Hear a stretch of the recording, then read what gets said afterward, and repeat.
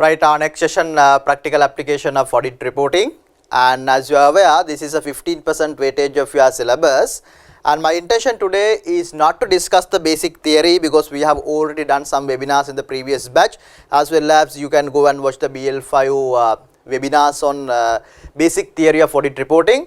But my intention today to take you all through a practical journey to show that how audit report is practically applied and train you all how you should logically develop an answer during the examination, because this is audit reporting is not another theory.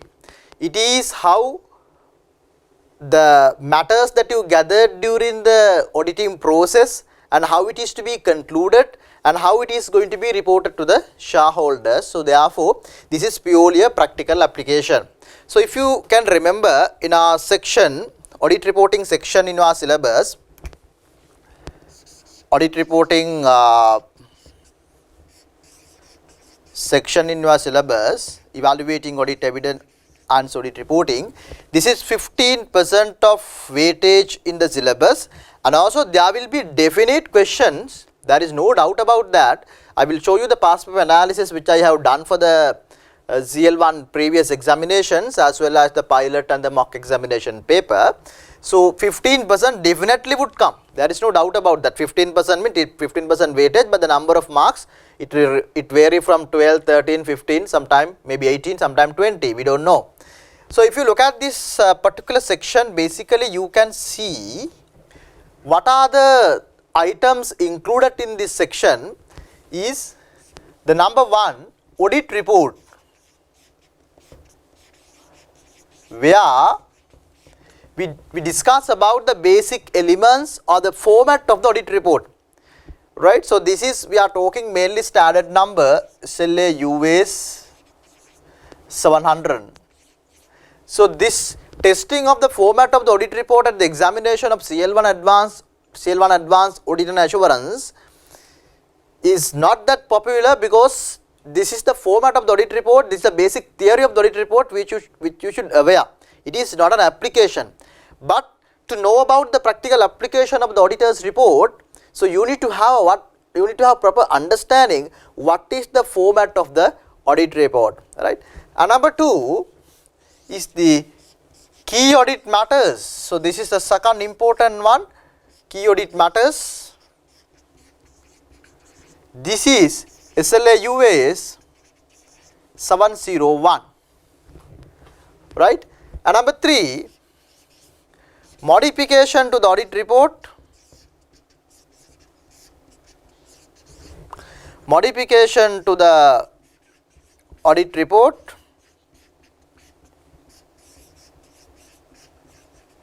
standard number SLA US 705, right. And then number 4, emphasis of matter,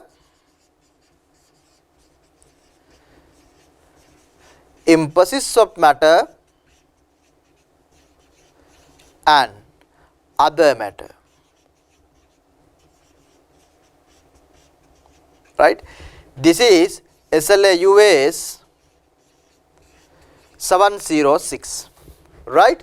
And then number 5th item, that is last part of your section, that is other information,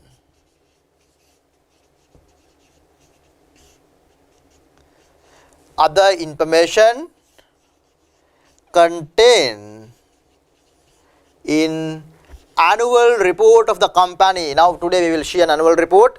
This is SLA US 720. See, so this is the 15% weightage of your syllabus.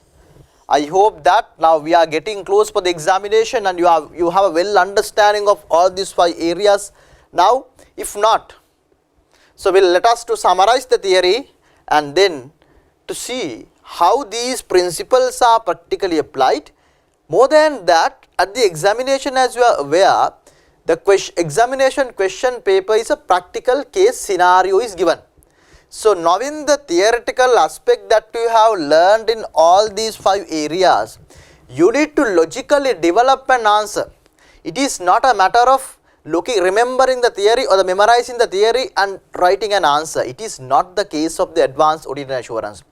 My intention today is not to discuss the theory in detail, but to show you how you should logically develop an answer. Actually, that can be done. That is the most easiest and highly successful method for this type of practical subject and this type of practical area. Right. So, if you look at the audit report format, I am not going to discuss the in detail audit report format. So, I will just show you the format, but I am not going to discuss in detail because there was a separate webinar for the previous syllabus which done by the this syllabus, the previous batch, and if not, there is a separate webinar that I have done for the BL5 subject and elaborating what are the elements of an audit report that you can watch webinar number 7 or 8 of the BL5 subject, right? And then, but I am going to touch key audit matters, modification of the audit report, emphasis of matter and other information as far as possible in a practical manner, right? So, this is our today's discussion. 15% of weightage, these are the 4 chapters, these are the 5, this 1 chapter, 5 areas that would be tested in your examination. So, let us have a look at on the examination paper and then come for the discussion, right. So, if you see this presentation, audit reporting, I am going to discuss the practical application. As you are aware, the section E, evaluating evidence and audit reporting 15%, and also it comes under the chapter number 16, evaluating evidence and audit reporting. If you see your paper analysis, you can see your CL1 paper analysis, it goes a pilot paper 14 marks, mock paper 19 marks, and December online paper 8 marks, and the February 2021 11 marks. Your examination July 2021, I probably expect about 14 to 15, probably 14 to 15 marks, right. If you just see a examination question, I will just take up the mock examination paper question, mock examination paper which is issued by CS Sri Lanka, and this is available in the LMS cssrilanka.com. So, if you go to the question number 5, we will read just the question. Required part, you are required to analyze the implication of the above matters on the proposed audit report on the company for the year ended 31st March 2020. Analyze the implication of the above matters on the proposed audit report, right, of the company for the year ended 31st March 2020. So, that is the examiner's expectation for 10 marks. It is a very open question.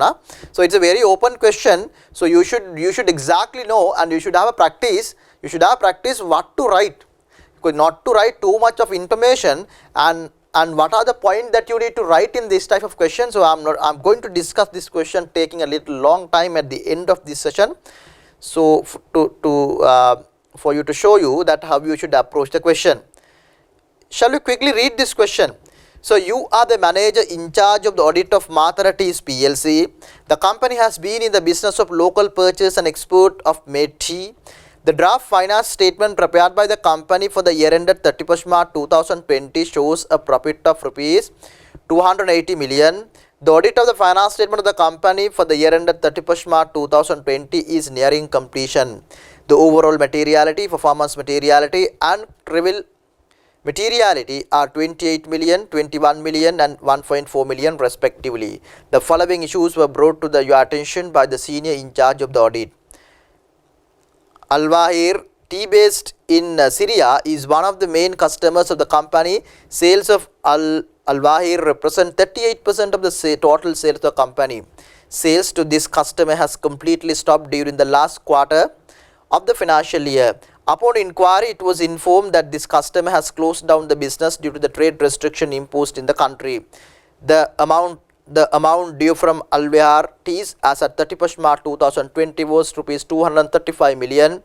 However, the management of the company is confident that they can recover this amount in the future. On 5th of April 2019, the company has acquired 28% voting equity shares in Lidula Teas Private Limited for a consideration of rupees 500 million. The management of the company has concluded that due to this investment, it can exercise significant influence over the liabilities. However, this investment is recorded at cost in the finance statement of the company based on the draft finance statement available in Liabilities Private Limited has incurred a loss of rupees 420 million for the year ended 31st March 2020. The audit of the finance statement of Liabilities Limited has not been commenced. During the current period, a supplier of the company has taken legal action against the company for supplying the inferior quality product. Lawyers estimate that probable damages of rupees 20 million will have to be paid. No adjustment has been made in the finance statement in this regard. However, comprehensive disclosure is being made in the finance statements in this regard, and you are required to analyze the audit report. See, now if you look at this type of complex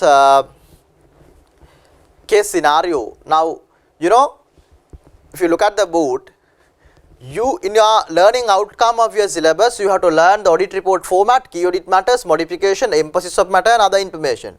Once you learn this, and being an audit partner, assuming that you are a partner or the manager of an audit firm, so you need to apply this into a different practical circumstances that they face in their day-to-day life. So being audit partner at the audit firm, I face this type of problem in every day. Every day audit reports are coming, different scenarios are coming. When different scenarios comes in, we have to make our own judgment whether what is the best sort of or a best audit opinion, or what is the most appropriate audit opinion that we need to communicate to the shareholders. So that is the examiner's expectation, or that is the CA Sri Lanka expectation by learning this audit reporting section in our syllabus, because as I always tell, this is the final auditing paper which you are learning in the auditing syllabus. So therefore that type of that level of application is needed. So now you are clear. The theory, there are 5 areas, but theory and the practical testing is another corner. So let's say this is theory that you have learned, but your examination is based purely on a practical. Nowhere in your CL1 past papers you can see whether any theory has been directly tested. There is a theory testing paper, that is BL5, Audit Business Process and Digitalization. There is no theoretical aspect being tested in this CL1. So now today's my intention is to fill this gap. How to fill? Only thing you can fill is to listen to me carefully today's maybe 3 to 4 hours and try to develop a logical way of thinking with you. Hari වෙන වැඩ තියාගෙන මේ video එක බලන්න එපා. දැන් මම පටන් ගන්න යන explanation එක. ඒක නිසා හරිය නිදහස්ව peaceful time එක. හරි. මේ ගොඩක් රෑ වෙලා බලනවා නම් පාන්දර වෙලාවක බලනවා නම් ගොඩක් හොඳයි. peaceful mind එක short note එකක් අතේ තියාගෙන මේක මම කියන විදිහට හිතන්න පුරුදු වෙන්නයි ඕනේ. මෙතනදී ඕනේ නැහැ කටපාඩම් කරනවා නම් ඕනනම් study pack එක බලලා කටපාඩම් කරන්න. එහෙම විභාගෙ පාස් වෙන්නේ නැහැ. මම කියන විදිහට logically හිතන්න ඕනේ මගේ මේ පැය තුන ඇතුළතදී මම හිතන මගේ thinking එකට එන්න ඕනේ. If you can come to the way I think, that the way I am training you all to think at the examination, no doubt about that. Because this has a really, one is the theory, the second one, there is a logic. So if you come to know the logic, no need the theory, sometime you can conclude at the examination. Right, no need the theory means no need to remember the theory, you need the theory.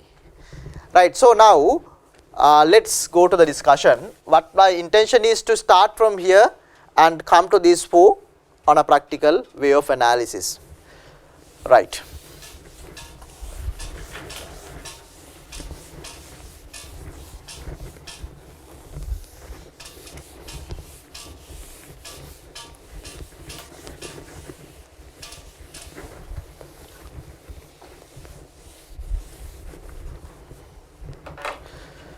Right. So can you remember our basic diagram? Our basic diagram is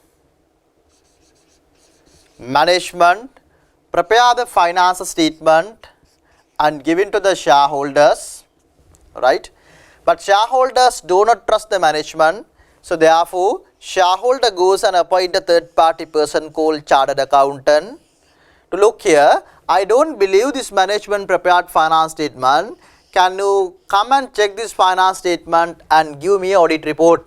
Give me a report whether the finance statement prepared by the management are correct or not. Right? That is the expectation of the shareholder. While doing this particular work, as you are aware, this chartered accountant either may be a you or either may be a me or either may be a KPMG, EY, Creston, BDO, Niyalit TRH or any other audit firm. They can't do as they wished, as we learned. So this has to be done based on the Sri Lanka auditing standards. Right? We conduct the audit according to the standard number 200 to 620. So now we have done the audit from standard 200 to 620 audit, that you are aware.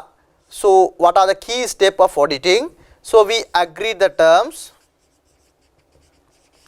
So we agree the terms that we are aware, standard from 200 series, and then we did second step of auditing. This is audit planning, and then we gather the audit evidence, right, and then evaluate the audit evidence. You evaluate the audit evidence. Now you come to the report. See, standard number SLA US 200 to 620 we talk about. Standard number 200 to 620 we talk about how to audit, how the audit is to be conducted, how you should do the audit. 200 to 620. That has the main 3 steps, 4 steps. Agree in the terms. These two parties should agree. Then auditor should plan the work. Then auditor should do the work. That means gathering the sufficient appropriate audit evidences. That also was done. And whatever gathered evidences has been evaluated, have been evaluated. Now that also done. Now this particular chartered accountant has come to a stage where you have done what you need to be done through the auditing standard, and you have gathered so much of evidences and you gathered so much of issues. Now it is a matter this particular chartered accountant should report to the shareholder. That is the stage we are in now. In reporting, so don't forget this diagram in a logical way, because this chartered accountant has a responsibility or the accountability to the shareholders, because shareholder appoint the auditor. The shareholder cannot work according to the management guideline, or the shareholder cannot make happy the management. So management is, we don't have any business with the management. We are independent party. Remember that logic.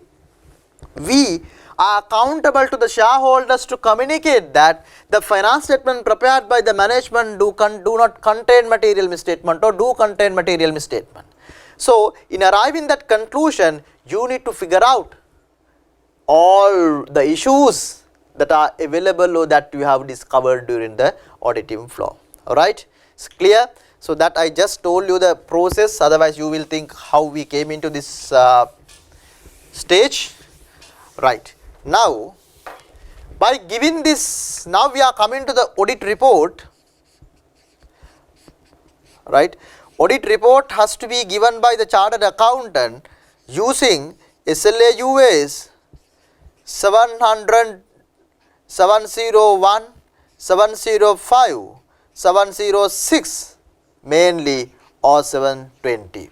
Right, these are the main standards which are applicable for the audit report, which you should aware as a chartered accountant, practicing chartered accountant. Right, in this audit report, right, in this audit report,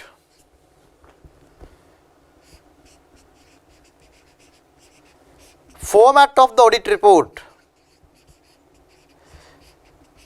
Remember, whether this auditor will be the KPMG or this auditor will be the Creston or this auditor will be the BDO partners or you or ABC associate or ATC associate Nugagoda or XYZ or whoever, how a report should be given, there is a format.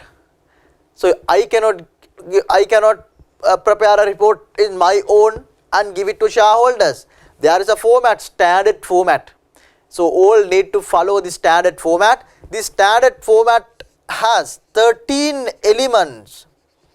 So I am not going to discuss today this 13 element because that is basic auditing, but I will just show you those 13 elements. So if you need further details on the format of the report, so you can watch the BL5 webinar or the previous examination related webinar, right?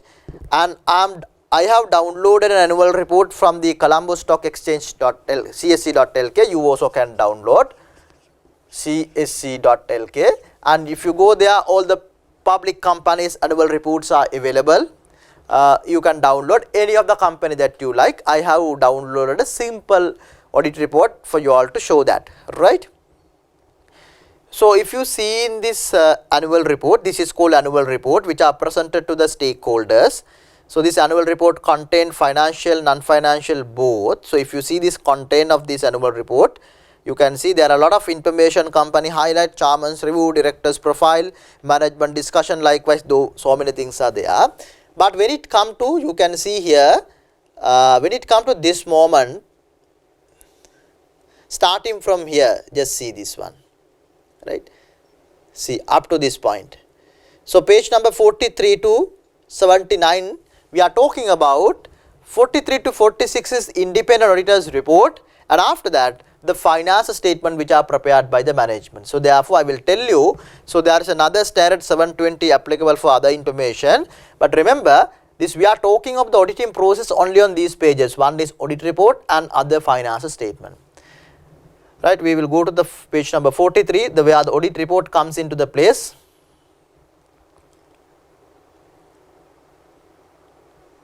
Right, see, this is audit report issued. This audit report, if you really see, there are 13 elements. I will show you that 13 elements. This audit report, 13 elements are there that are all are common for all the companies' audit report, right? So you can see the audit report has been signed on 25th August 2020. So this is the format of the audit report. So this is the live example of audit report, right? And if I show you the 13 elements of the audit report, right, I will go to the presentation and show you, then that will be easy.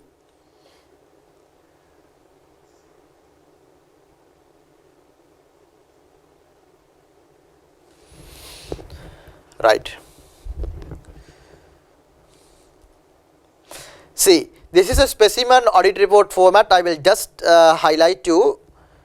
Number one, in any audit report, there should be a title. Title means independent auditor's report. That heading should be the independent auditor's report. To independent auditor's report, that is to be given. That is a strong message to the stakeholders before reading to show that this is independent auditors. And the second one, the addressee to whom this audit report is addressed. So generally audit report is addressed to the shareholders of the person whom the auditor was appointed. And third thing is the most important thing in audit report, that is the opinion paragraph. Basically we give the opinion. So you can read the second paragraph of the opinion paragraph. In our opinion, the company in finance statement of the company give a true and fair view of the financial position of the company as at 31st March 2020 and of their financial performance and cash flow for the year then ended in accordance with the Sri Lanka accounting standards, right? So that is the third step, third element of our audit report. So now what is number one? Title. What is number two? Addressee. What is number three? Opinion paragraph. And number four, basis for opinion paragraph. There is a separate paragraph being added. So what is the basis? What type of basis, on what basis we have given the audit report, that you can just read on that. And number fifth is the key audit matters. This I am going to explain you in detail today, so therefore just keep that point for the moment. Key audit matters. What is really meant by key audit matters is coming under the practical application, that I will tell you in later. And number 6, other information paragraph. As you are aware, what is meant by in other information? Other information mean when you look at the, as I show you in the annual report.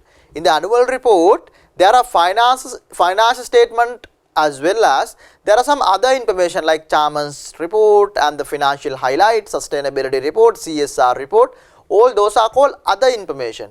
In this paragraph, we talk about what is the auditor's responsibilities in relation to other information. The number 7, is responsibility for the finance statement is vested with the management, so that responsibility part. The number 8, auditor's responsibility. So basically we talk about the auditor's responsibility, mean what is the auditor's role? What is the auditor's role in preparing the finance statement? Actually, this is the summary, or this is the summary of the entire auditing standard what we learnt. So this is the place where we can communicate to the shareholders that what is our responsibility, and to the public what are the limitations of this audit report, where we have given the reasonable assurance. We cannot express 100% assurance due to the inherent limitations. Likewise, all these are given in this very long paragraph. Remember, in your examination perspective, it is not required to remember this paragraph. It's not going to be tested. It's purely a practical application, because you have to think like this. You are going to be a chartered accountant in one day. When you become a chartered accountant, let's say you are becoming a partner of an audit firm, you don't have to remember the format of the audit report. Why? Format of the audit report is readily available in the standard, you can copy paste. But the thing is, what you mainly should aware, how that audit report is going to be used in the circumstances that you faced in your client. So that is what is going to be tested in CL1 Advanced Audit and Assurance. Right? The number 9th item is other reporting responsibilities in a different regulatory backgrounds in the countries. Sometimes auditors are required to report on the other regulatory requirements, so that are coming under this category. And number 10, membership number of the engagement partner. The Sri Lanka membership number of the engagement partner has to be disclosed here. Number 10. And number 12 is auditor's signature has to come. And 11, number 12 is auditor's address, and number 13 is date of the audit report. Now if you see, these are the 13 elements of an audit report that you could see. So you need to have a rough understanding. So what is the format of the audit report, and what are the 13 items that is available in the audit report? So you need to have a in-depth understanding on that, but not to memorize. So if you go to the again to the practical audit report which I downloaded, see, same 13 elements can be seen here. You can see here, right? Number 1, what we told, independent auditor's report is available, number 1. An addressee to the shareholders of Renuka Capital PLC, number 2. An opinion, number 3. Basis for opinion, number 4. Right, number 4. Then key audit matters, number 5. Number 5, key audit matters. Number 6, other information.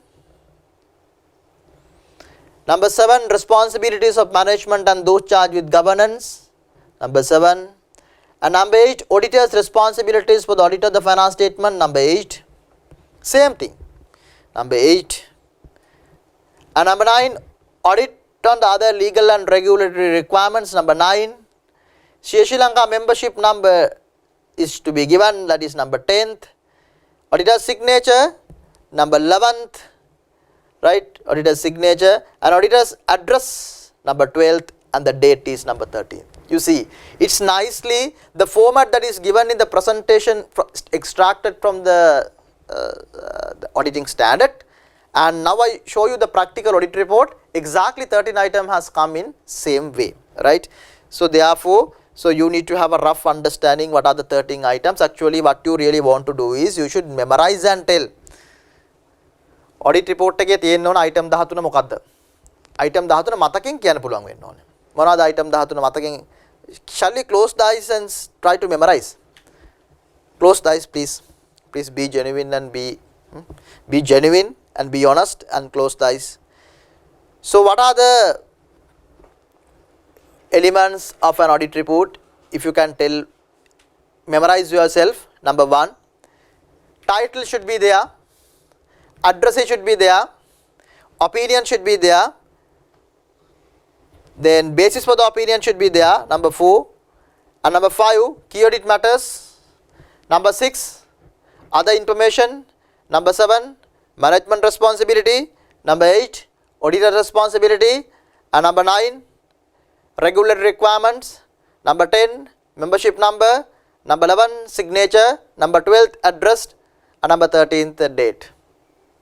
This 13 item you need to be able to memorize and explain to someone else.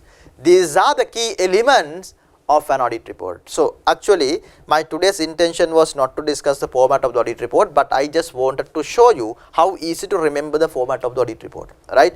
So this is the first learning outcome that you need to aware in your CL1 examination perspective. So I just touched the format of the audit report. I hope that 5 minutes will make you easy to remember the 13 items of the audit report, right? And after that, so if you have a doubt on this format of the audit report, I recommend there is a webinar on BL5 which I have done for format of the audit report for 2 hours. So this I don't want to waste that time in here, so you can go and watch that webinar. So that was done about last January or December, January or February time, so that you can go and watch that webinar for BL5, so that you will have a thorough understanding about the format of the audit report, right? Now our intention today is to discuss the practical application. Out of this format of the audit report, all others you are aware, this 13 item, out of this 13 item, most critical thing that I feel is, one is audit opinion. So this is a very critical fact that you should aware. So if you see in this particular practical audit report, you can see what is the opinion given. If you read both the paragraph, we have audited the finance statement of Renuka Capital PLC, the company which comprised the statement of financial position as of 31st March 2020, and the income statement, statement of comprehensive income, statement of changes in equity, and cash flow statement for the year then ended, and note to the finance statement including a summary of significant accounting policies exhibited on pages 47 to 79. That is what we have done. What we have done. We have audited. What we have done is given in the first paragraph. What we have done is auditing the finance statement of Renuka Capital PLC. Read the second paragraph. In our opinion, the accompanying financial statements of the company give a true and fair view of the financial position of the company as of 31st March 2020 and of their financial performance and cash flows for the year then ended in accordance with the Sri Lanka accounting standards. See, we are giving a report to the shareholder stating that the finance statement prepared by the management give a true and fair view. The true and fair view, true and fair view, true and fair view. That definition, that wording is equal to say that the finance statement prepared by the management do not contain material misstatements. Both are same. Right. So that is the report that has been given in a general circumstances. But in terms of the practical application, you need to aware now one of the important thing, that is CAM, key audit matters. Key audit matters. Listen, right? Listen carefully, and if you have any doubt about the, no doubt about hereafter the CAM, මේට පස්සේ CAM සම්බන්ධයෙන් කිසිම සැකයක් ගැටලුවක් තියාගන්න බෑ. What is meant by CAM? Key audit matters, right? Before that, I will read this in the practical audit report. What is that CAM section? We'll read that. Key audit matters are those matters that in our professional judgment were of more significant in our audit of finance statement of the current period. These matters were addressed in the context of our audit of the finance statement as a whole. And in forming our opinion, we do not provide a separate opinion on these matters. Right? Then there is a fact has been given. Key audit matter. Equity method accounting of investment in associate company, equity accounted investee for Onali Holding PLC, and there is a story given one side. Another side it's given how our audit address the key audit matter. there are one table is given, 2 fact key audit matter and have a audit address, and after that, with that is over. So now just to see what is this scam. දැන් මේක තේරුම් ගන්න අපි පොඩි උදාහරණයක් ගමු. So key audit matters, don't think in a very big way. I don't understand key audit matters. It's very simple, right? And so you let's say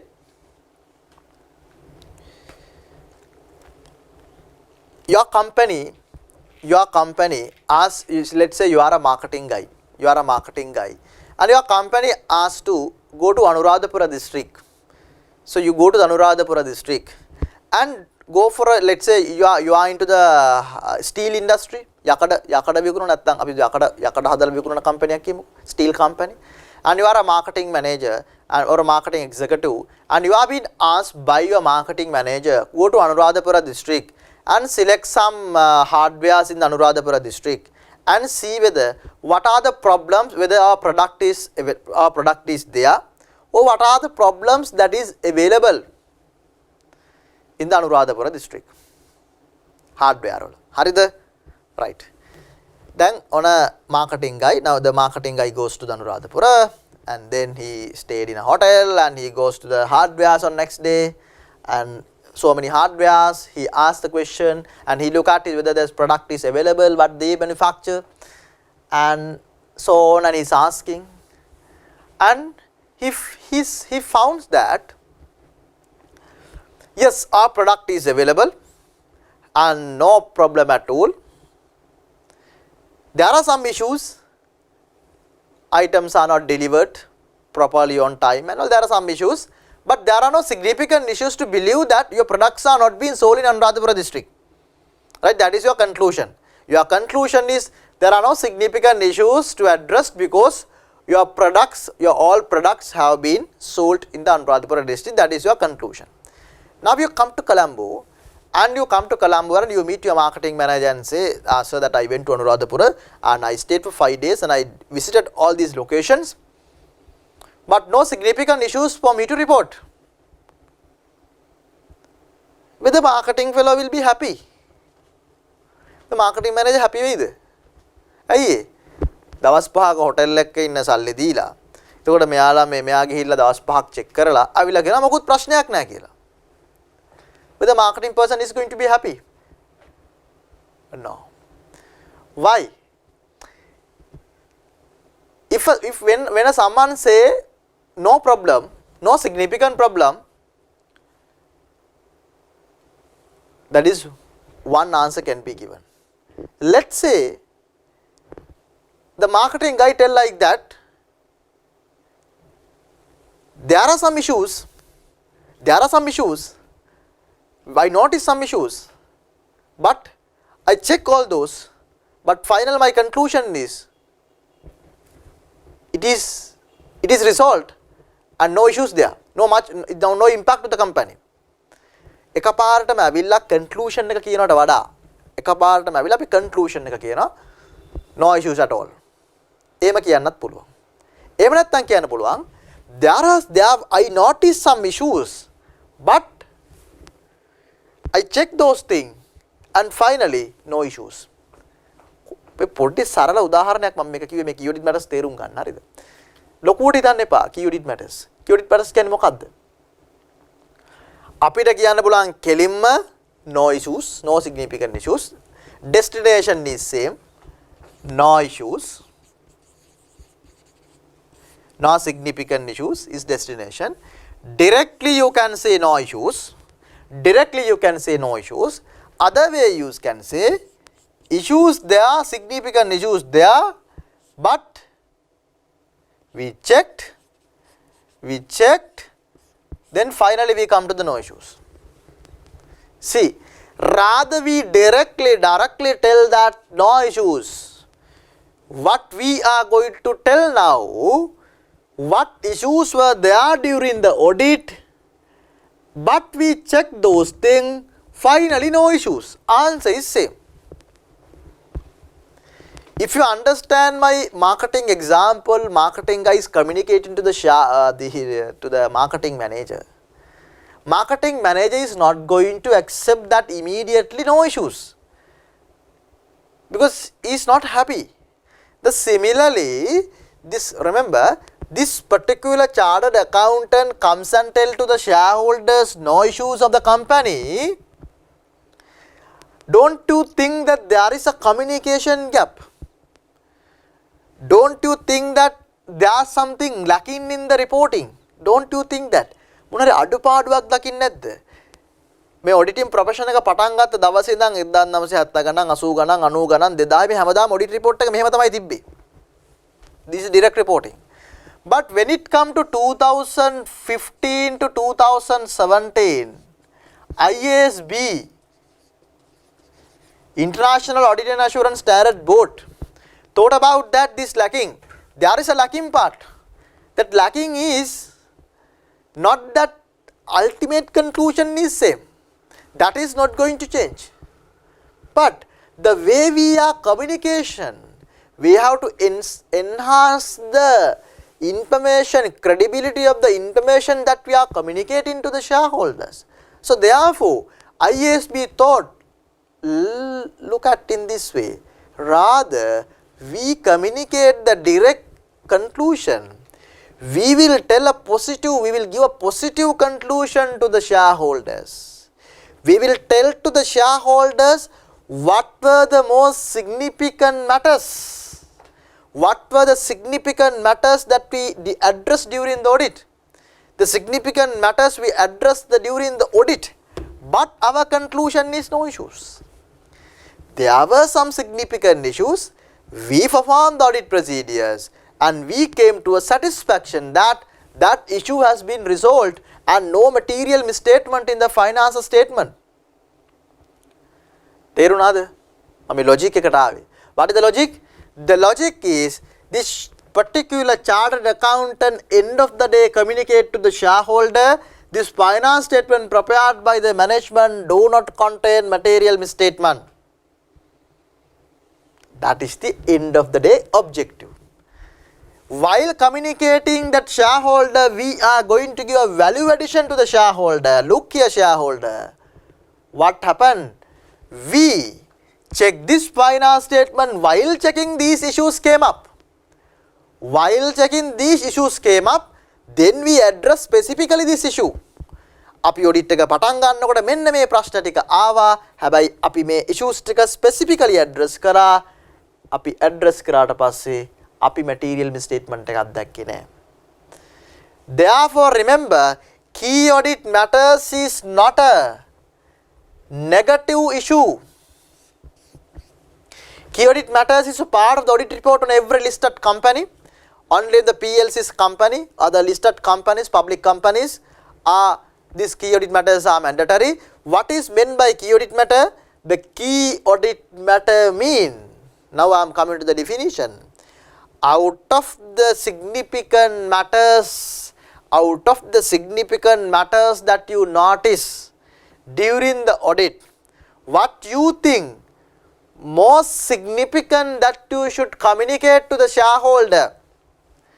Out of the significant, there can be many items that are seen in the finance statement, many significant issues, maybe 20, 30, 50, 60, 100, 200 issues will come. But auditor is not going to report to the shareholder all these 100 issues. Auditor will decide in auditor's professional judgment. Now let's say if I am the auditor of this particular company, let's say Renuka Capital PLC, who will decide what to tell and what not to tell? Will the standard tell you? Standard is not telling you. Who is telling? That I am the partner of the audit firm and I decide what to be communicated. How I decide? Based on a guideline given in the standard? No, it is my professional judgment. In my professional judgment, I decide what to communicate to the shareholder, what were the issues that I faced. But all those issues are correctly or perfectly accounted by the management. The management view on the finance statement is perfectly all right. Right? So, we say there are issues, but issues we have checked, conclusion is no problem. So, that means Don't you think that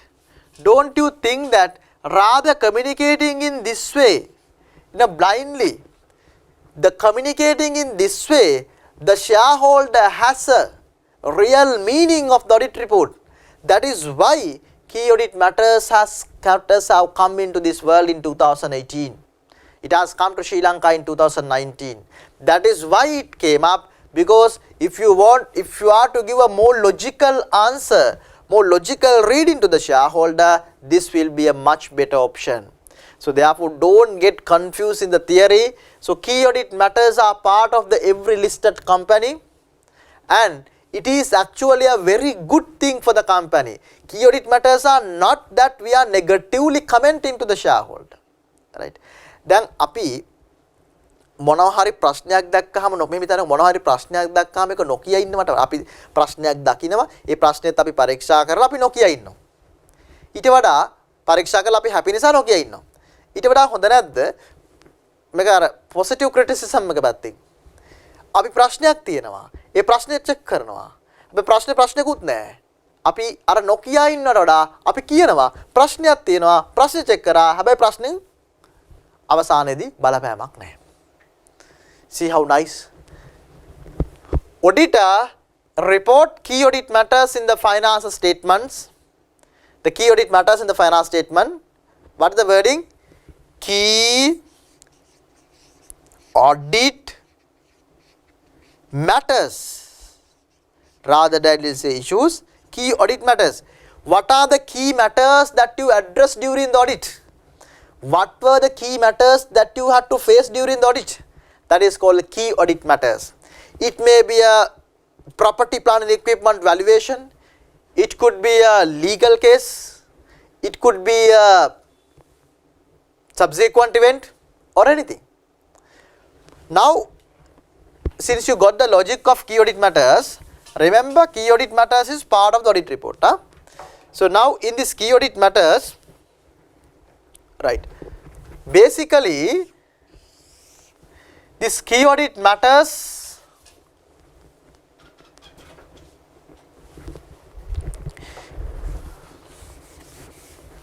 right, this key audit matters, right, selected by the auditor. Key audit matters are selected by the auditor. Remember, these are selected either from significant risk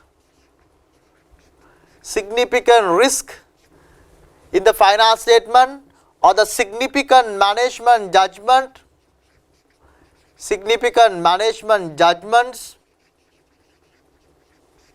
or the significant event. Remember, all the matters that you notice during the audit is not going to be a key audit matters, but it becomes the key audit matter, either it has to be a significant risk that you notice. Example, significant risk that we discussed under the audit planning. When you are planning the audit of finance statement, you notice a lot of issues, lot of risk. That risk, or not all the risk, significant risk. Now if you can remember, we discussed webinar number 3 and 4, revenue is always risky, impairment of debtors is normally risky, right? Going concern is a risk. Likewise, the significant risk, out of the significant risk, auditor may select, that is up to auditor's judgment.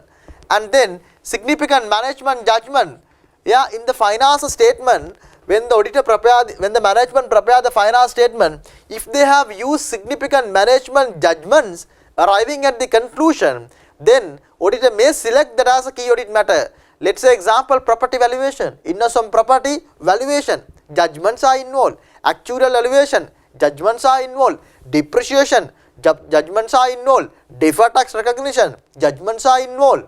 Right? Related party transaction, impairment, all those are judgments are involved. Out of the judgments are involved, auditor may select certain items to be considered as key audit matters. So let's say example, property valuation. Right, next one, significant events. So during the year or even the subsequent event, if the auditor noticed a significant event had occurred, Let's say there was a big fire in the factory. It is a significant event happened. And let's say COVID-19 impact came in. The COVID-19 impact is a significant event for a hotel industry. Significant event. So that is resulting many line items in the finance statement. So significant event. So let's example COVID-19. See, out of these three things, significant risk, significant management judgment or a significant event, out of all these incidents that the auditor noticed during the audit, auditor may select what to be communicated, what to be decided or what to be categorized as key audit matters. Who is deciding? External auditor in using his professional judgment. Right? And then this key audit matter, when you are writing a key audit matter, when the auditor communicates the key audit matters, always this key audit matter should be selected. This key audit matter should be selected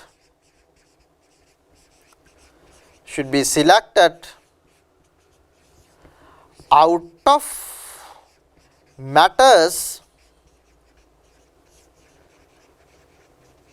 communicated to those charged with governance. This must be selected from the matters you have already communicated to the management in way of a different communication channel, through email, through a meeting, or it may be from management letter or any audit interim letter or anything. And when you are giving a key audit matter, basically you need to say these all three things, right? One, what is the key audit matter? What is the CAM? Right? And why it becomes a key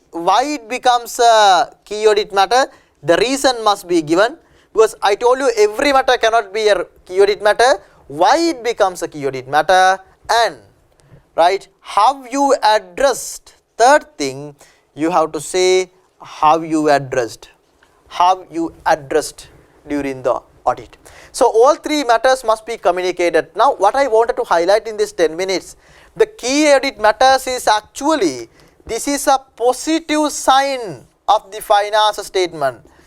Don't think that when there is a problem in the finance statement which is not resolved, which cannot come under the key audit matters. The key audit matters mean what? The key audit matters mean that is the significant issues that we noticed but we checked and we satisfied. It's a positive conclusion. If you misunderstand here, if you get misunderstand here, of course when you are moving to the next step you will get wrong. So therefore that is why I am highlighting again and again, key audit matters is part of the audit report. It is a positive assurance and no impact to the opinion. So no impact to the audit opinion, right? No changes to the audit opinion. But we just say to the value addition to the, like marketing example, we just give a value addition to the stakeholders end of the day. I hope that you got a good understanding about the key audit matters. And so always remember, these key audit matters are not that issues that the auditors communicate to the shareholders. It is actually a positive sign. There was issue, but we addressed, we satisfied. End of the day, shareholders have a very good understanding what were the significant matters of the audit, what were the significant issues in this finance statement, but our auditors have checked and so they are happy. So it's a double assurance to the shareholder. I hope that you are clear. So let us look at an example. So in this, I will take this live audit report which I shared now. This is Renuka Capital PLC for the downloaded from Colombo Stock Exchange. So I am going to read this issue. See, this is how an issue is presented. Don't worry about that in your examination. So don't worry about that in your examination. It will not be tested for you to draft a key audit matter, I don't think. But always you need to remember, when you give a key audit matter has to be included at three things. So key audit matter should be selected out of three things: significant risk, significant management judgment and the significant event.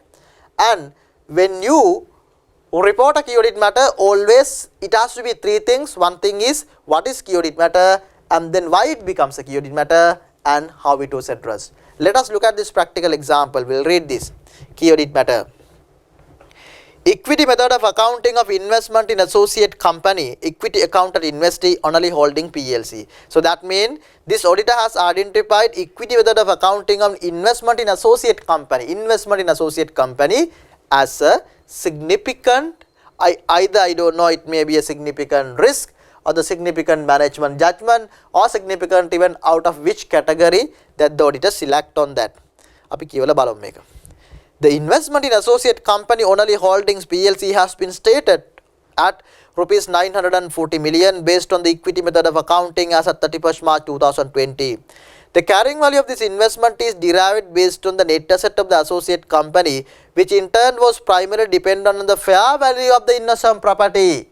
So that means auditor has some issues with regard to the fair value. When you see that, you can imagine under which category auditor has selected this. Of course, this has been selected based on the significant management judgment. A carrying value of the investment property of the associate company was stated at the fair value of rupees 2.2 billion, and the fair value gain on this included the current year net profit of the associate company was 40 million. Significant judgments were required in determining the fair value. This was a key audit matter. Now we are telling why auditor has selected this as a key audit matter. Since the carrying value of investment in associate company is determined based on the net asset value of the associate, that is one of the reason. The second, due to significance of the balance to the finance statement as a whole, involvement of significant judgments, see number 2, in determining the fair value, and the outbreak of the novel coronavirus COVID-19 has impacted the real estate sector and has resulted in the valuation uncertainty. See, this particular audit firm has, this particular auditor has selected this as a key audit matter because of these 3 reasons. Now if you go to the other side of the table, so remember, it is not really required for you to have a table like this. You can write in a different format, but all 3 matters they are in the standard must be included. How our audit address the key audit matter? Mean what? You have an issue now, but how we address mean what? This is audit procedures. Audit procedures that might have been done by this audit firm. See, we assess the adequacy of the work performed by the auditor of the associate company. We assess the competence, capabilities and the independence of the external valuer. So exactly what we are discussing now, if you can remember, under the audit evidence there is a chapter how to audit the fair value. So how to audit the fair value audit procedures, you also know. Those are the procedures coming here. We assess the competence, capabilities and independence of the external valuer. We check that the approaches he used are consistent with the Sri Lanka accounting standards and the industry norm, SLFRS 13 especially. Check the correctness of the data provided to the valuer. We assess the reasonableness of the significant assumption used by the valuer. We compare the value with the independent and publicly available information on real state of the property and the location. We held discussion with the independent external valuer focusing on possible COVID-19 impact to the local commercial property market. See, that is what the key audit matter, right? So I hope that you are very clear about the key audit. But as far as this particular company is concerned, only one key audit matter will come. Now you will have a question, look at the board.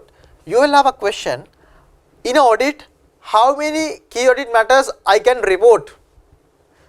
It depends on the nature of the audit and depends on the auditor. There are certain PLCs you can download in the annual report on the Colombo Stock Exchange, no key audit matters. So sometime auditor may decide that no key audit matters. That I should communicate to the shareholder. Who is deciding? Auditor. Some auditor decide maybe 10 key audit matters. Another auditor decide 1 issue, 2 issue, 3 issue. But generally in the audit report you can see 1, 2, 3, 4, 5. It doesn't require to report all those issues. Then audit report becomes a management letter. So normally we report 1, 2, 3, 4 maximum. Certain audit reports we don't have a key audit matters. But here the problem is not the problem actually. The responsibility of deciding what to communicate and who is deciding? External audit. Audit partner decide. Based on what? Professional judgment. Right? So this is what you need to have a thorough understanding what is CAM, but rather this what is included in the CAM, what I wanted to tell you, the logic of CAM. So if you come to a wrong conclusion, if there is a issue has been given in your examination, So issue must be included as a key audit matter. If you come to that wrong conclusion, that is a wrong, that is completely wrong, that is a completely misunderstanding. So key audit matters is a positive assurance that you should, that normally auditor gives to the shareholder. Right, I hope that you are clear with the key audit matters. So now I am going to move to the next part of application. Right, I am going to move to the second part of the practical application. Now first part we discuss the key audit matters. Second part, modification to the audit report. Modification to the audit report. Remember, this is highly examinable. This is the diagram that you should remember. So this diagram could be tested in your examination. When you are attending the practical case scenarios, this is the most applicable diagram. So now I am going to today give you a 5-step model. 5-step model of any practical cases that is going to come. Adopt this 5-step model that I am going to give today. This, if you apply this 5-step model, your conclusion will be all right and you can't go wrong. Right? Okay. So now, so there is a theory here, modification to the audit report. So that means what? Modification to the audit report means what? Management is preparing the finance statement and giving to the shareholder, and shareholders do not trust the management, therefore go and appoint the auditor. Auditor comes and check the finance statement and giving the report, and this report format contains 13 elements. Right? In these 13 elements, CAM is also part of element that you are aware. CAM is part of element. So part of element of a listed company, and the matter will change company to company, but CAM is part of element. But there will be a circumstances. There will be a circumstances. I have to change. This auditor has to change the audit report format. Auditor has to change the standard audit report format, which must be used by an auditor in a general circumstances. If the circumstances where the changes are required, those are called modification. This word is very much important, modification. Please don't misunderstand or don't get confused on this wording. Sometimes if you misunderstand the wording, you may go wrong in the conclusion. So therefore, if there is a circumstances that the auditor has to change the general format, general 13th item of the finance statement, if there are circumstances like that, we have to change the audit report.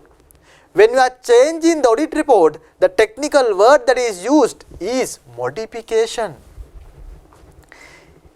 There will be a certain circumstance you have to go out of the 13 items or change the 13 items and report. If the 13 items are only reporting, only 13 items are reported to the shareholder, what shareholder understand?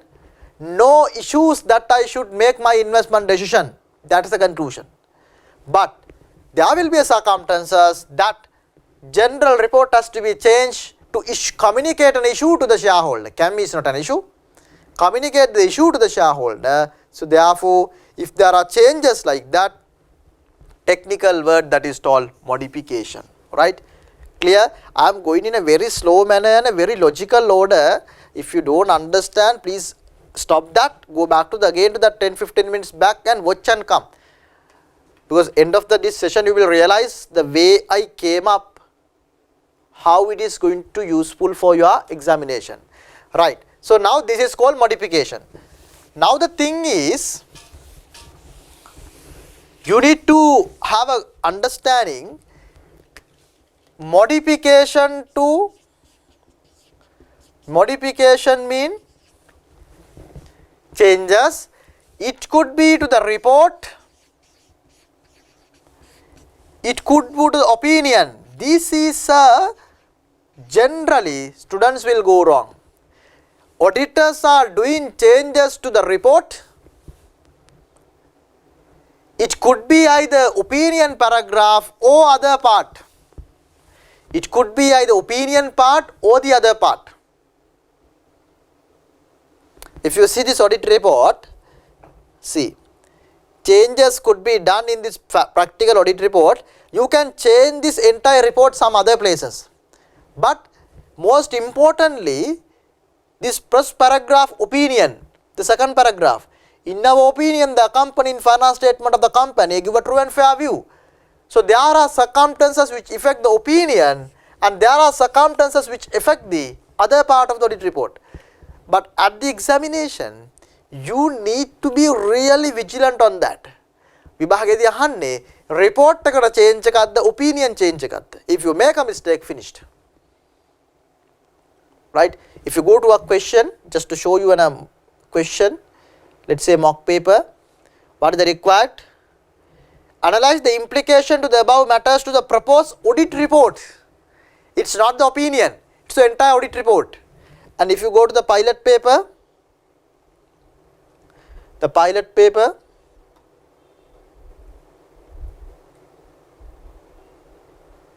see, analyze the above, how above item will influence the auditor's report. It's also an audit report. There are certain places where the examiner is asking how it is going to be affected to the opinion paragraph, right? So therefore need to be really alert on that, right?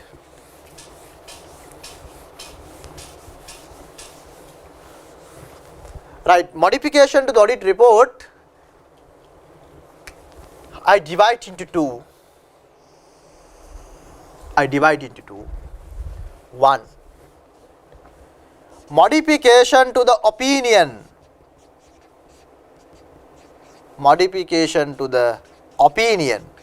So you are going to change the opinion paragraph, and next one, no changes to the opinion, but we add additional paragraph.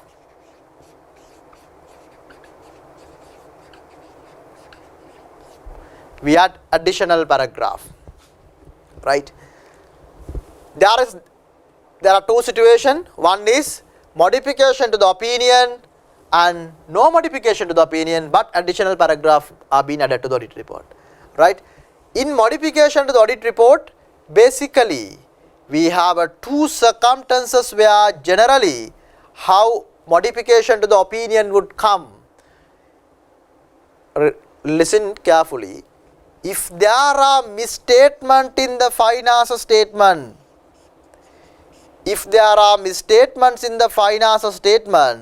or next occasion is scope limitation.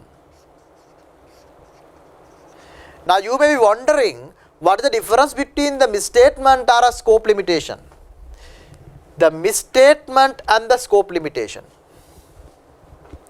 What is that? So this is the critical point, that the number one point that you should clarify. If you make a mistake again here, your end of the day your answer is wrong. What is a misstatement? What is a scope limitation? The misstatement mean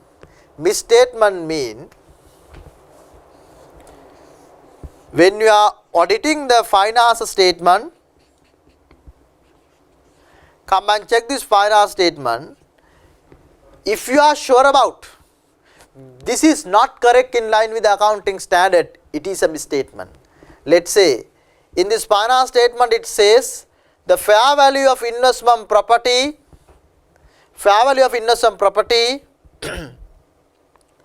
or let's say investment in associates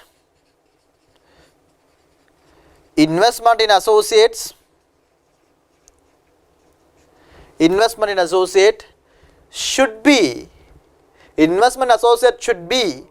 accounted at equity method of accounting. That you are well aware than me, you are accounting expert. Right? Equity method of accounting has to be adopted. But management has adopted the cost model, whereas the accounting standard 28 required equity method of accounting. where the standard requires you to follow the equity method of accounting, but you adopt the cost, then this is a deviation from the accounting standard, which is deviation from accounting standard, a deviation from what is adopted by the management. According to the accounting standard, it is called a misstatement, right? Next example, let's say the depreciation as per our computation in 1000 million, but depreciation as the management computation, it is 800 million. Now to see that there is a 200 million gap based on our recomputation and the management computation, it is exactly a purely that is a misstatement. So now if you take another one, the company has not provided for the deferred taxation. So that means exactly it is a non-compliance of the LKS 12. So likewise, a misstatement means if there are deviation from accounting standard and the amount can be quantified by the auditor, it is a very clear-cut answer, this is a misstatement. So if you make a mistake in understanding and making the decision, that you may go wrong in the conclusion. So what is meant by scope limitation? Scope limitation, look at the word scope limitation, limiting your scope. Vishayapate seema kirima. Scope limitation. So that means you cannot say that is correct or wrong like misstatement. You don't have evidence to say this is correct or wrong. You don't have access to the information to tell this is correct or wrong. So good example, let's say the company one of the branch of the company located in let's say in Kandy, due to a fire it got destroyed. All the financial record which were located in that branch got destroyed, no backup. Now what has happened? Is it a misstatement? You cannot say it is a misstatement because you don't know whether this is a correct or wrong. You need to check first. But that to check the informations are not available to you now. So that means limiting your audit scope. It is a restriction on your audit scope. Another way, this company say, don't call the confirmation from the trade debtors or don't call the confirmation for this ABC debtors. Then we ask why? Limiting our scope. But we don't know whether that figure is correct or wrong, we can't say. And when the annual physical inventory count is taken place of the company, auditors should be invited to observe the physical verification. But auditors have not been invited. So accordingly, I will not be able to give you a conclusion that the inventory contained material misstatement or not. I cannot say anything. If I cannot say mean, it is limiting my scope. It is limiting my work. Right? So therefore, the scope limitation where you cannot say whether this is correct or wrong, because of that you are not in a position to check the information. Either management has not given or due to some other restriction you are unable to verify it. So in such circumstances it is called scope limitation, right? So this example you can note down if you can't understand. My 5-step model, take a small piece of paper, 5-step model. I am going to tell you the today 5-step model, write that 5-step and put in a place where you can see, because that 5-step will help you in concluding the answers, right? Now if you see a misstatement in the finance statement, the next important decision that you need to take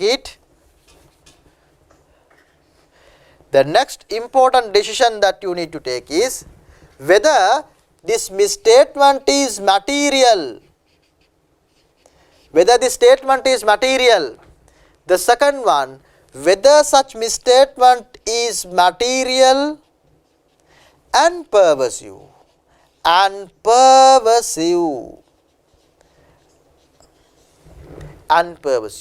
These are the two important definitions that you should aware. What is meant by material?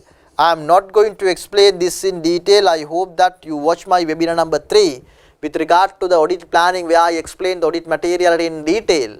So therefore I don't want to waste the time. Materiality. This materiality mean what? the level in which the decisions of the stakeholders are changed called materiality definition. But in a company, when you are auditing the finance statement in our basic diagram, management and the shareholder and the auditor comes and check the finance statement. This finance statement, when the auditor report to the shareholder, we say the finance statement do not contain material misstatement. The finance statement do not contain material misstatement. Right? What is meant by materiality?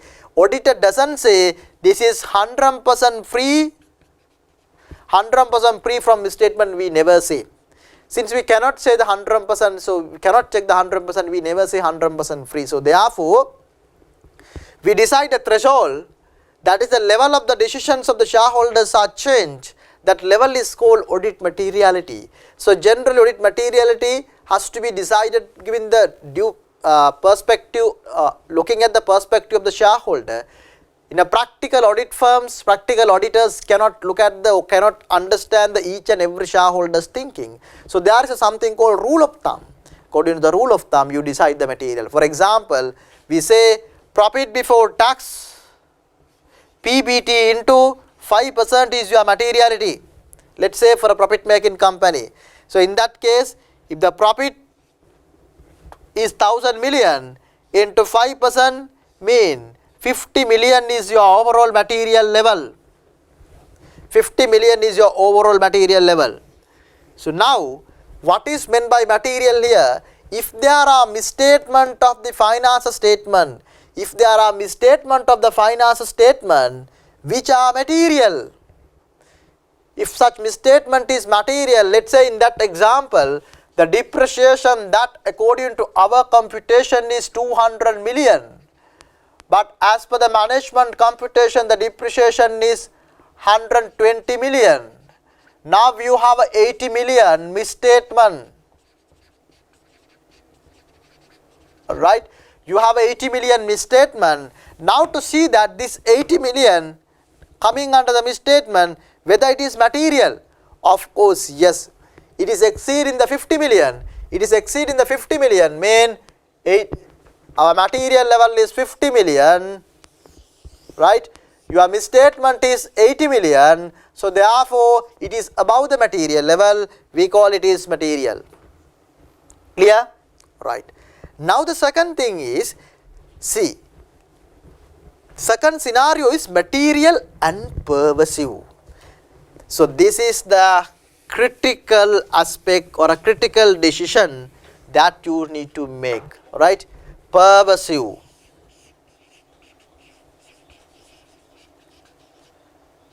Pervasiveness we call. Pervasiveness. So remember that. What is meant by pervasiveness? So if you go wrong here, your answer will be completely wrong in your examination. Pervasiveness. The pervasiveness, my very best example I used to take in all the sessions, pervasiveness. The pervasiveness mean very good example if you go to the Gold Feast, the other house, Gold Feast other Senasurada, Saturday. You go to the Gold Feast, no travel restrictions also, you can go to the Gold Feast. And you go to the Gold Feast and you look at the sea. ගිහිල්ලා මුහුද දිහා බලාගෙන ඉන්නවා හවසට. මුහුද දිහා බලාගෙන after looking at the sea you are just thinking how large this sea. How large this sea. This sea අපිට පේනවා එක තැනකදී අහසයි මුහුදයි එකතු වෙනවා වගේ කියලා. That much of large.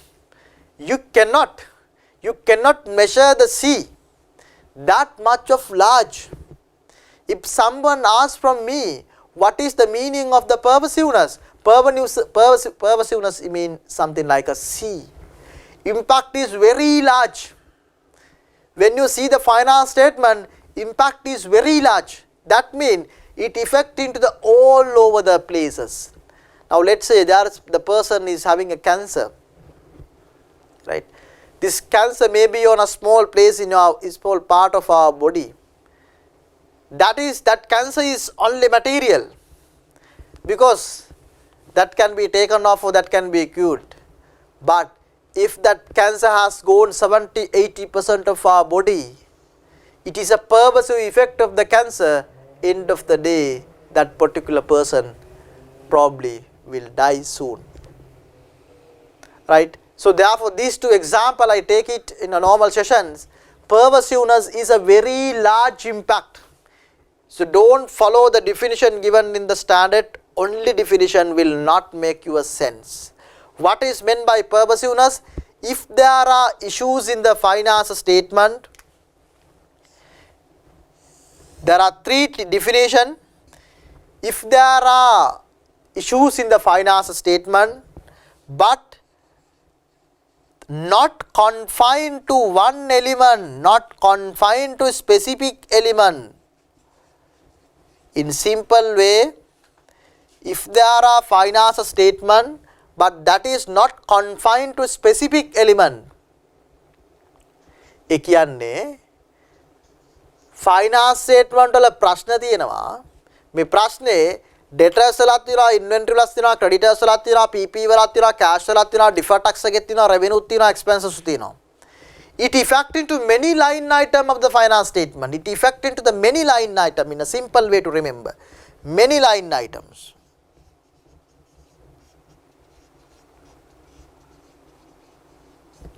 It affect into many line item of the finance statements. Alright? Then we say it is a pervasive effect. And the second one, it confined to one item. It confined to one item, but it is a substantial portion of the finance statement. So first event, it is effect into the many item. Debtors, inventory, creditors, deferred tax, income, revenue, many. But second one, it affect only the PP. But that PP comprise substantial part of the finance statement. මොකක්ද ඒ කියන්නේ? අපි finance statement එකක, if you take the statement of financial position, right? If you look at the non-current asset and the current asset, the total, say, let's say investment property value is 1,000 million in millions, and the cash we have 1 million, and we have about debtors about, it has to come here, 3 million. If you see the balance sheet, let's say 20 million. If you see the balance sheet, it is 1,021 million is the total asset of the company. Investment property 1,000 million, cash 1 million, debtors 20 million. All together, if you total the total asset of the company, 1,021 million. If you see, so that means if you see the 1,000 divided by 1,021, I don't have the calculator, I have, sorry. Right? You need to use the calculator at your examination. Na? So 1,000 divided by 1,021. It is almost 97.9. So that means 98% of your balance sheet. So that means even if, let's say, if this item is wrong or there is a misstatement in this item, when there is a misstatement in this item, even though it is confined to one item of the financial statement, it represents a substantial portion. It represents a substantial portion of the financial statement. So therefore, even if it is one item, we call this is a pervasive, very large impact. Right? Clear? I hope that very clear. Right. The third thing is, which is fundamental to the finance statement. If there are some issues which are fundamental to the finance statements, that is of course, that is mainly categorized as a pervasive. Now you may be thinking, what is fundamental to the finance statement? So let's say if a company, let's say tomorrow in a bank, commercial bank, The commercial bank, because of some malpractices, the central bank, let's say assume, central bank is going to cancel the banking license tomorrow, or central bank has announced that your license will be cancelled tomorrow, then it is a fundamental information, is a fundamental thing to the shareholder. Not only fundamental, that is impact is very large. If the tomorrow license is not there, how can you do the business? It's a pervasive effect on the financial statement, right? And if now let's say, so let us take the Etna company, Etna chocolate company in 2019, what happened? And Etna is today, earlier it was when our time, in our school time, I can remember, so most famous chocolate was Etna, right? අපි දැස්ලා Etna වල sticker එකතු කරනවා අර sports වල දෙන items ගන්න. So most famous, what happened at that company? The company collapsed. The main issue was, there was an issue, if I am not mistaken, there was an issue with regard to some item included in the chocolate called melanin. So that issue came up, and then that affected to the business, and people didn't buy the product, and finally they get collapsed. Right? So that type of incident happened. If there's a product quality issues, that is a fundamental to the continuity of the business. So that is not a material, it is pervasive effect to the financial statement. So therefore, if you notice when you are looking at your issues and you are addressing, if you see pervasiveness, if there are pervasive effect defined under 3 category, many item in the way the language you can understand, item ගොඩකට බලපානවා නම් හැබැයි එක item එකක් ඒ item එක එකේ significant portion එකක් represent කරනවා නම් fundamental නම්. So if it is fundamental, then all 3 are categorized as a pervasive effect. Now take a A4 paper, ගන්න A4 කොලයක්. Right, take a A4 paper, right, and write this wording and keep with you. මේක කොලේ ලියලා කොලේ තියා ගන්න ඔයාලා, right. I will write and show you. Pervasiveness is an extreme circumstances. See, I wrote, what is that? Pervasiveness is an extreme circumstances. This is, if you make a mistake here, your final conclusion is going to wrong. So remember, pervasiveness is an extreme circumstances in your examination, or when you are applying the practical theory into practical. Because just because of 2-3 issues are there, you don't come to a conclusion of pervasive. Just because of 5 issues, let's say there are 10 issues in the company, still that is not pervasive. Still not that pervasive. You know why? You need to ask from yourself. You need to draw this diagram at the exam. Make management, shareholder, auditor. And auditor say this finance statement are pervasively wrong. To tell that, you need to see that at least 80% of the finance statement can be wrong. 80% kila rule like standard again මම කියන්නේ පොඩ්ඩක් මොකක් judgment එකක් ඕනේ.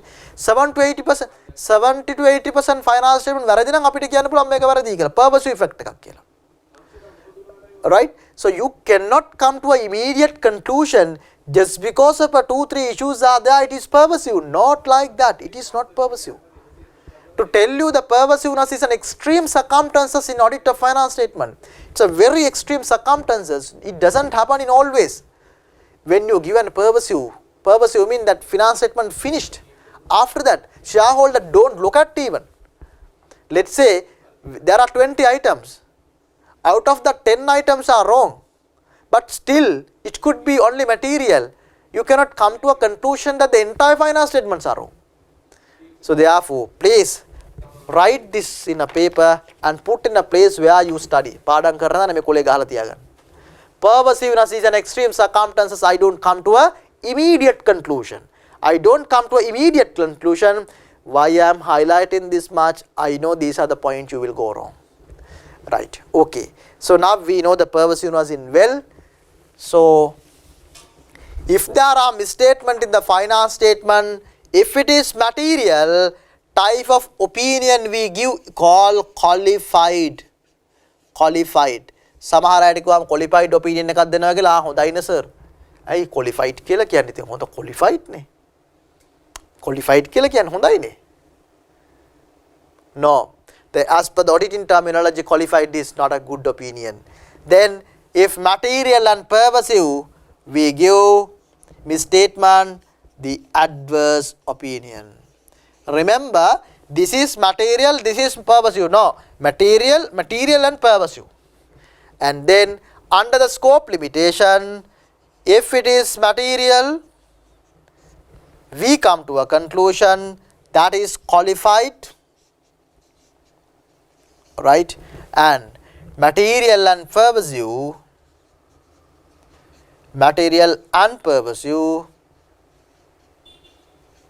that is called disclaimer of opinion. Disclaimer of opinion, you need to word or you need to pronounce the word correctly. This is an adverse opinion. This is not a disclaimer opinion. Disclaimer of opinion. Disclaimer of opinion. Right? So these are the 4 types of opinion: qualified, adverse, qualified, disclaimer of opinion. Qualified, adverse, qualified, and disclaimer of opinion coming under the scope limitation. So when you are writing a qualified opinion, we say except. So that means except this particular issue, except the depreciation, other finance statement, except the depreciation, finance statement of the company present fairly in all material respect or give a true and fair view. So except this issue, other all no material misstatement. Except, we call except. But when it comes to adverse, we positively say this entire finance statement do not contain, so entire finance statements are materially misstated. Entire finance statement do contain material misstatement. So therefore, it's adverse means really worst, right? We say finance statements are not free from material misstatement. Oh, finance statements are materially misstated. We say entire finance statement. Here, except that all others good, we positively say that all not good. And then qualified again we call except. And then we come to the next one, material and pervasive. Here we say since scope limitation. The scope limitation means that we are not having or we don't have the information to check whether this is correct or wrong. Due to the limitation, if it is impact is pervasive, let's say example in a company,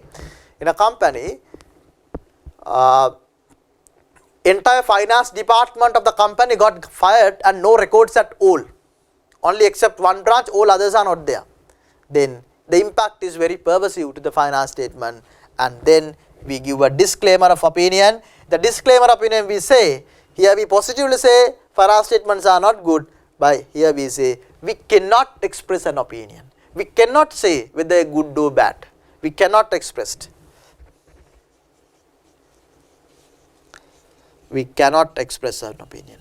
So this is the maximum that you should aware in terms of the opinion changes. Modification to the opinion, misstatement and the scope limitation, misstatement material and pervasive, material and material pervasive under the scope limitation, qualified, adverse, qualified, disclaimer of opinion. So write down in a small piece of paper. When you are analyzing a practical case scenario, analyzing a practical case scenario, I am going to give you the 5-step model I told you. Right? Number 1, critical decision that you have to make in any practical cases is, write down whether it is a misstatement or a scope limitation. Write down. So this is the critical decision that you should make. If you go wrong here, all of your answers are wrong. What is the number 1 step? Whether this is a scope limitation or a misstatement in the given scenario. That you need to identify. If you go wrong, that balance cannot go. Balance you cannot identify. That is 1. Right? That is number 1 step. Golden rule number 1. Golden rule number 2. If yes, whether this is a misstatement or a scope limitation. We are not talking about the materiality. If this is a misstatement or a scope limitation. Number 2, if yes, see whether it is material or the material and pervasive.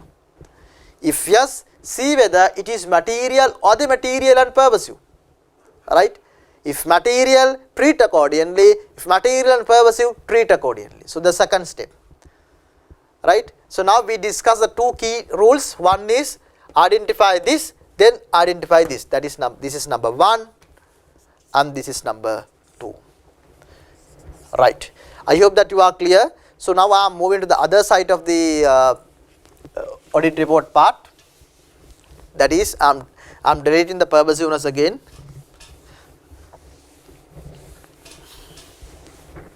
Right. This side we discuss modification to the audit report, and this side we are talking about the no changes to the audit report. There are no misstatement or the no scope limitation. My third golden rule, the press golden rule, identify whether this is a misstatement or a scope limitation, and number 2, to see whether material and material are pervasive, and number 3, no changes. Number 3, if no, see whether additional paragraph must be added to the finance statement based on the given situation of the examination or based on the given circumstances in the practical auditing scenario, whether additional paragraph is needed to the general format of audit report.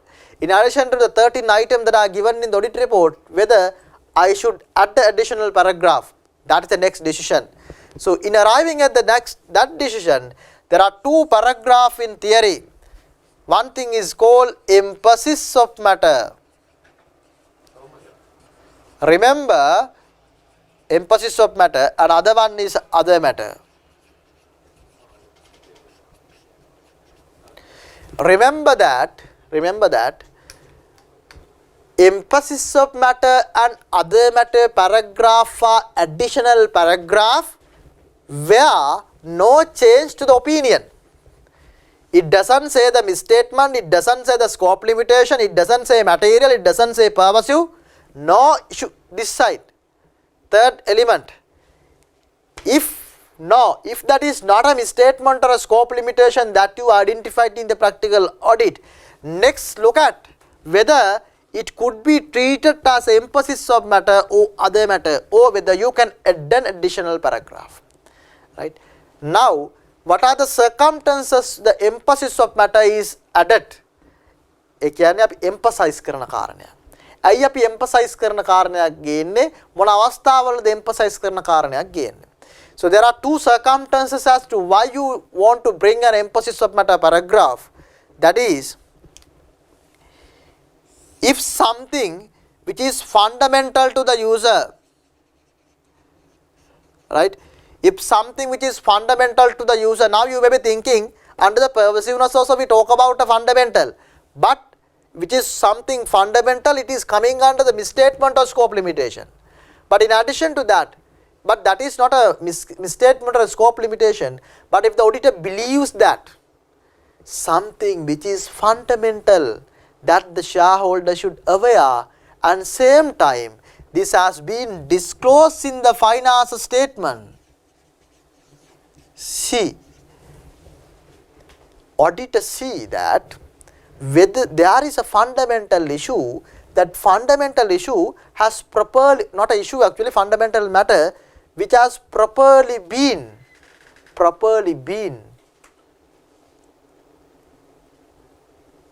disclosed, appropriately disclosed in the finance statement.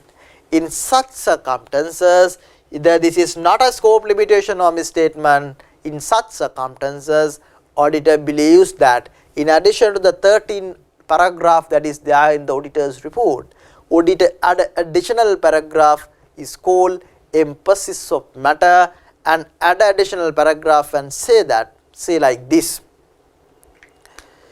We draw your attention to note number XXX which explain this issue. We draw your attention. We are not telling it is wrong, but we just emphasize something. We just emphasize something to you to highlight something. This is something what is represented in the finance statement, in the latter part of the finance statement, maybe statement of financial position, or there may be the comprehensive income, maybe in the notes, cash flow, equity statement. So something which has been disclosed by the management in the finance statement, we draw and we highlight that. We draw your attention to note number X, just highlight, because of why it is fundamental to the user, right. So this generally emphasis of matters are given example is, right, let us say if there is a significant litigation, if there are significant litigation which is fundamental and disclosed in the finance, there is a big legal case file, let us say bank, central bank as government has filed a case against the bank.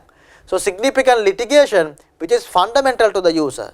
So if it is not a misstatement scope limitation, it will be a emphasis of matter. And let us say a significant subsequent event.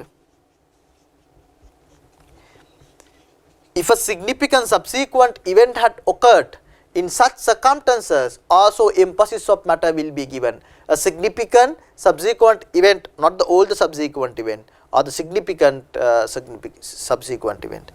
Or let us say a significant event happened in the business, significant event, or early application of accounting standard,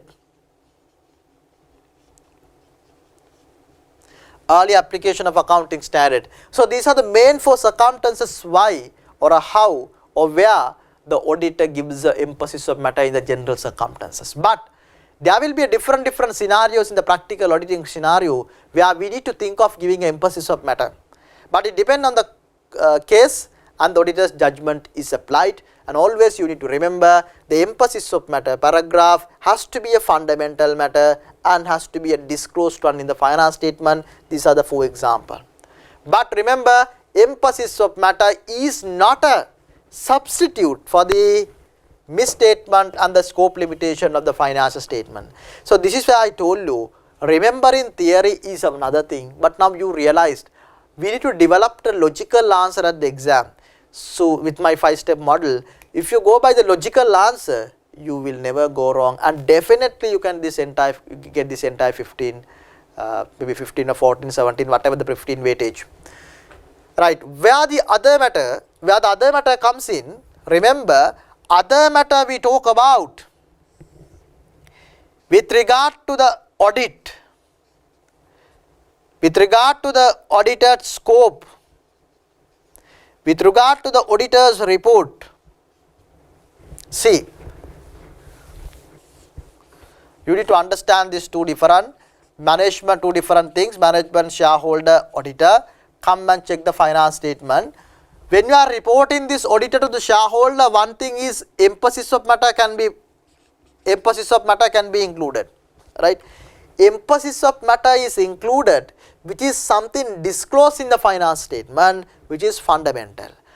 Other matter mean that is nothing to talk about the finance statement of the company.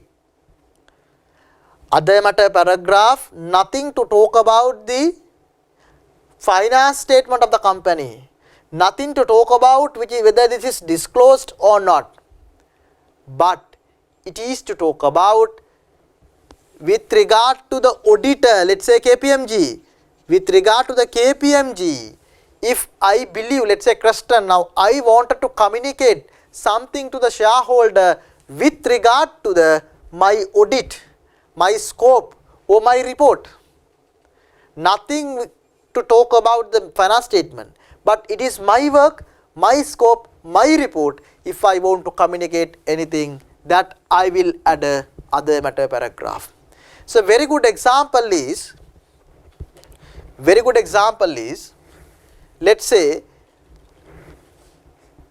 Creston, the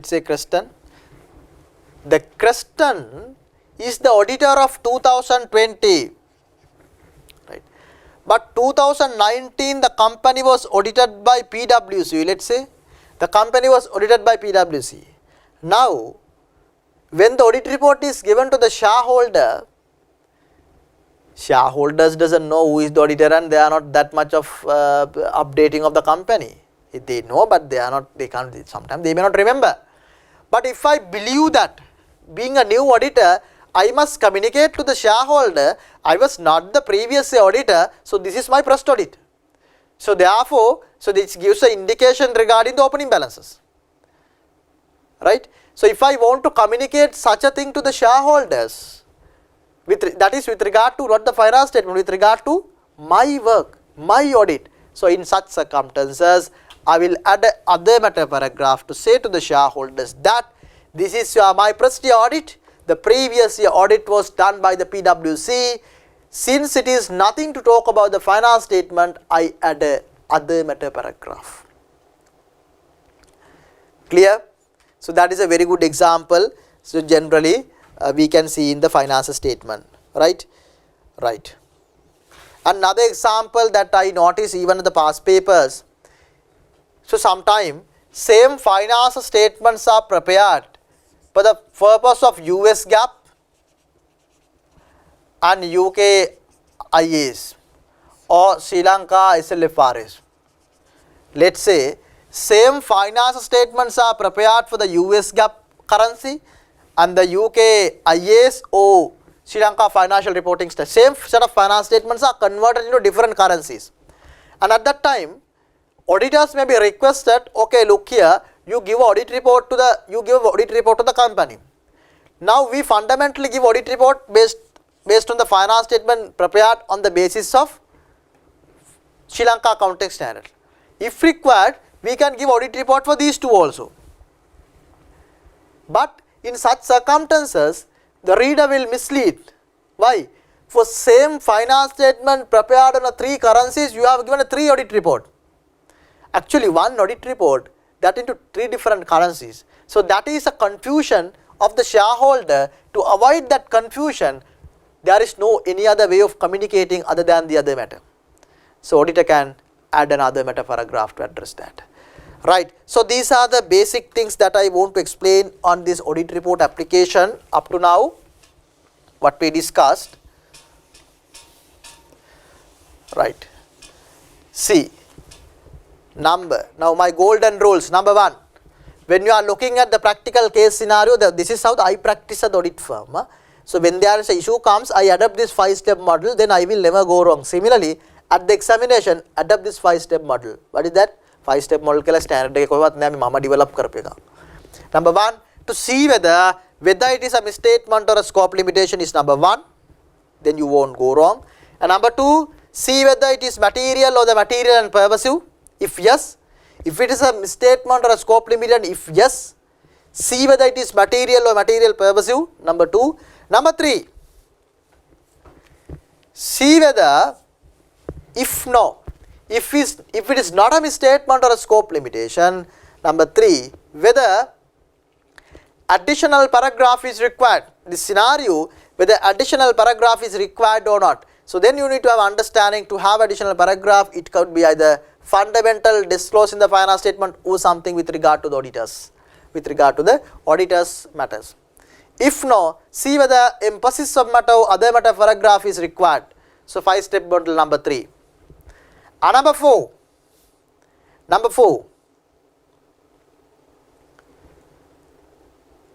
it's really important to see that now if it is not a misstatement or it is not a scope limitation, then number 1 and 2 coming here. And number 3, if no, you go for emphasis of matter or other matter. And still if it is not a emphasis of matter or other matter, then consider this is whether this can be treated as a key audit matter. Number 4th step, see whether this could be treated as a key audit matter based on your judgment. Number 4. And number 5, at the examination, please don't go by this memory and always try to rationally and logically develop the answer like me. And always you need to remember, after identifying the answer, let's say qualified disclaimer or whatever, after identifying the answer, please do this. Number 5th step, draw this by diagram in the paper itself management, the shareholder, auditor, and absorb into this role now.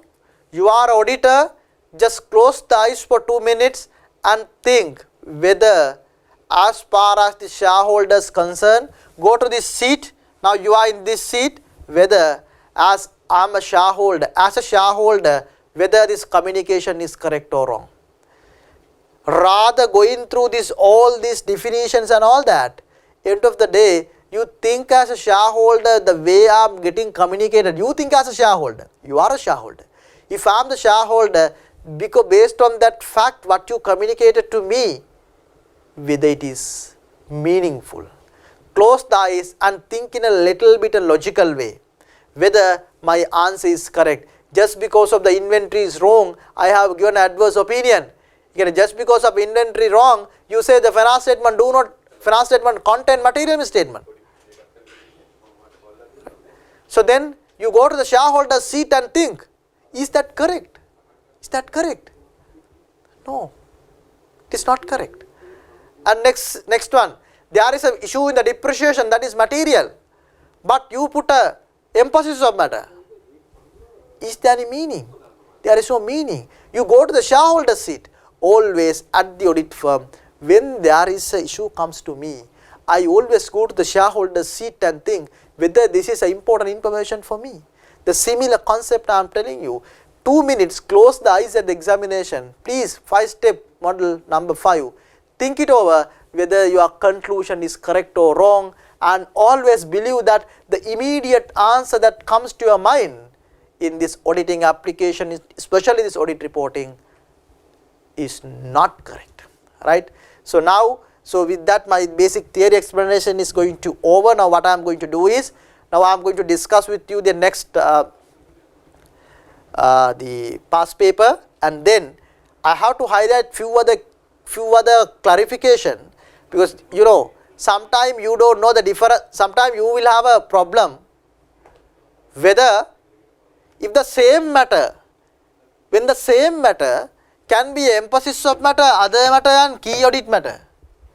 How can I segregate that? How can I segregate these three things? Can there be the same matter being categorized into that? Let's discuss after the past paper.